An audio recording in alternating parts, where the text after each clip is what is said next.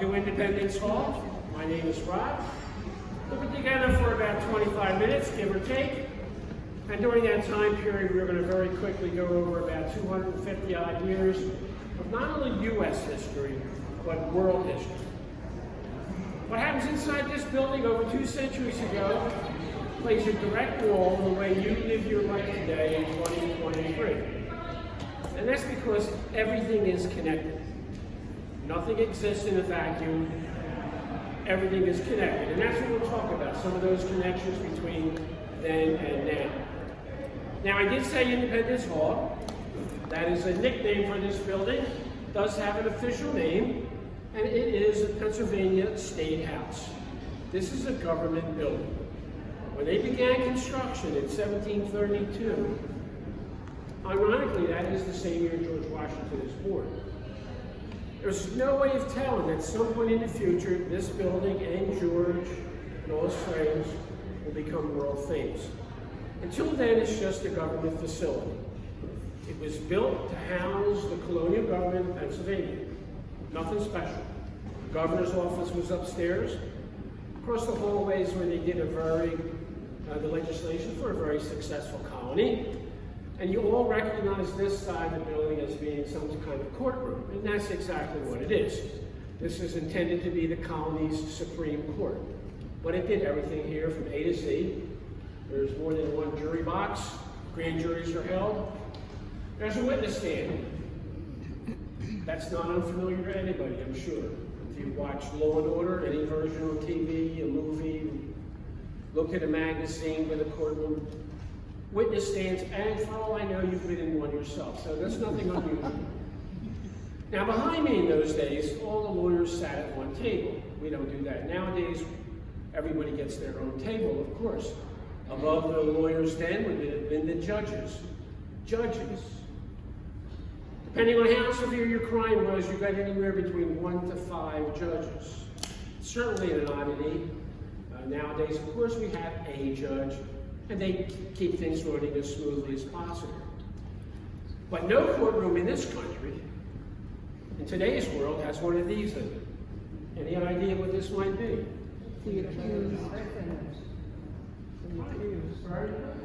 And you said it all in unison. Very good. This is known as the prisoner's docket.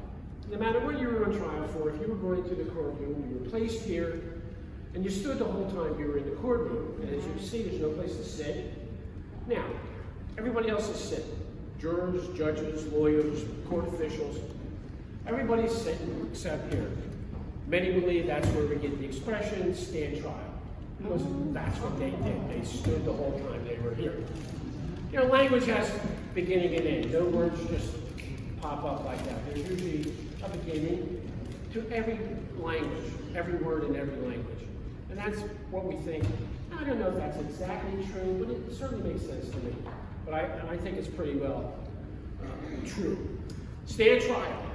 And the person who was standing here on trial for whatever reason, and the people who are standing where you are, citizens of Philadelphia who may come into the courtroom, to actually partake in their legal system by observing what's going on.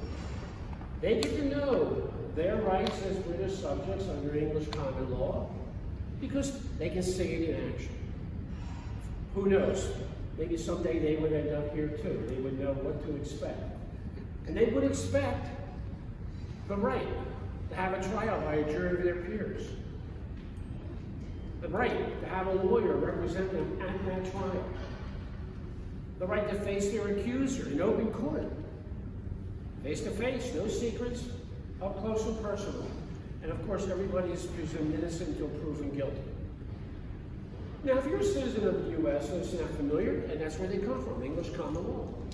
We've been living with those rules and rights for way over 200 years. From the founding of our nation, long before that, the people living here were used to that. They were used to the idea of the rule of law. That was part of their lives. They believed in the rights they had under English common law.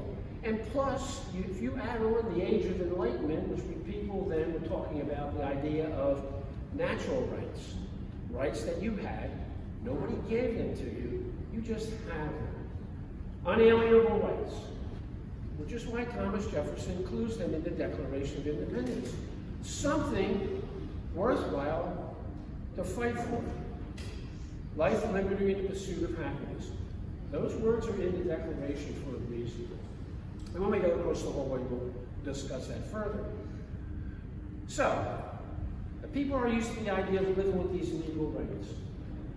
So the trouble begins in their lives after the French and Indian War, which, by the way, the English won. But it cost them a lot of money. Millions upon millions of pounds in war debt.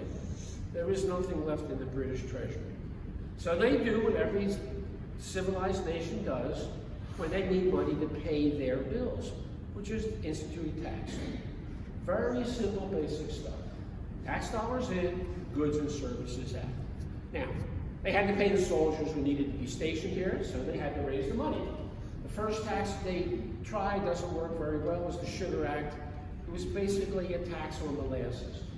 So if you had anything to do with molasses, you participated in this tax. If you made rum, which was molasses was used for, if you drank rum, or even if you smuggled rum, you had participated some way or other in this tax.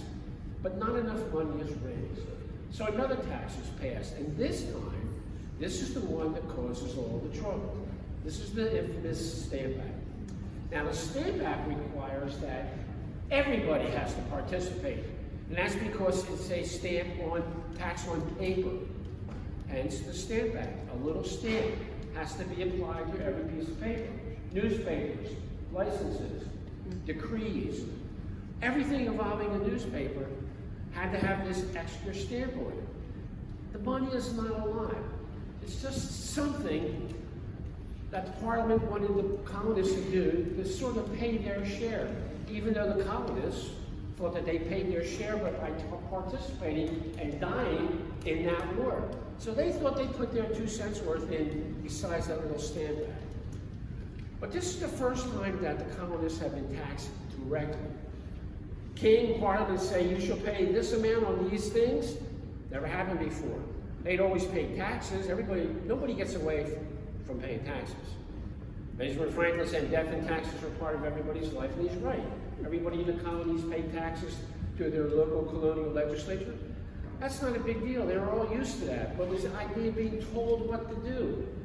If you combine that with the idea of rights, the people decided we have to stop this. They were beginning to feel that their rights as English citizens were being eroded. Things were slipping away. We have to put a stop to it, they figured. And one of the things that they did is demonstrate against the Stamp Act. Again, it's not the money so much as the idea of being told what to do. And I'm sure you've all heard the expression, it's not the money, it's the principle, right? Most of the time, it's the money, right? In this particular case, it is the principle, because the money was negligible. It was barely there. A couple dollars a year extra in taxes. But people, combined with what they read, talked among themselves about their rights. This leads to demonstrations, the Boston Massacre, Boston Tea Party, of course, and then finally the battles of Lexington and Concord. So we get to 1776, January, Thomas Paine prints, after writing Common Sense, right here in Philadelphia. Thomas Paine comes out against the monarchy. He's encouraging people to declare independence. He says that you have a chance to make the world new again. Take that chance. Now, throughout all this writing that he did in Common Sense, he's committing treason. And we all know that treason equals death in those days, so it's a very brave move on his part. But people start to take him at his word. It sounds like something that needs to be discussed. Independence, is it worthwhile? Can we do it? Is it possible? So delegates are sent from all the colonies here to Philadelphia, mostly because it's in the middle of the colonies, makes it easier for travel. They come to this beautiful building to meet and talk independence, and then they come to the room across the hall to do just that. So if you'll step across, we will continue.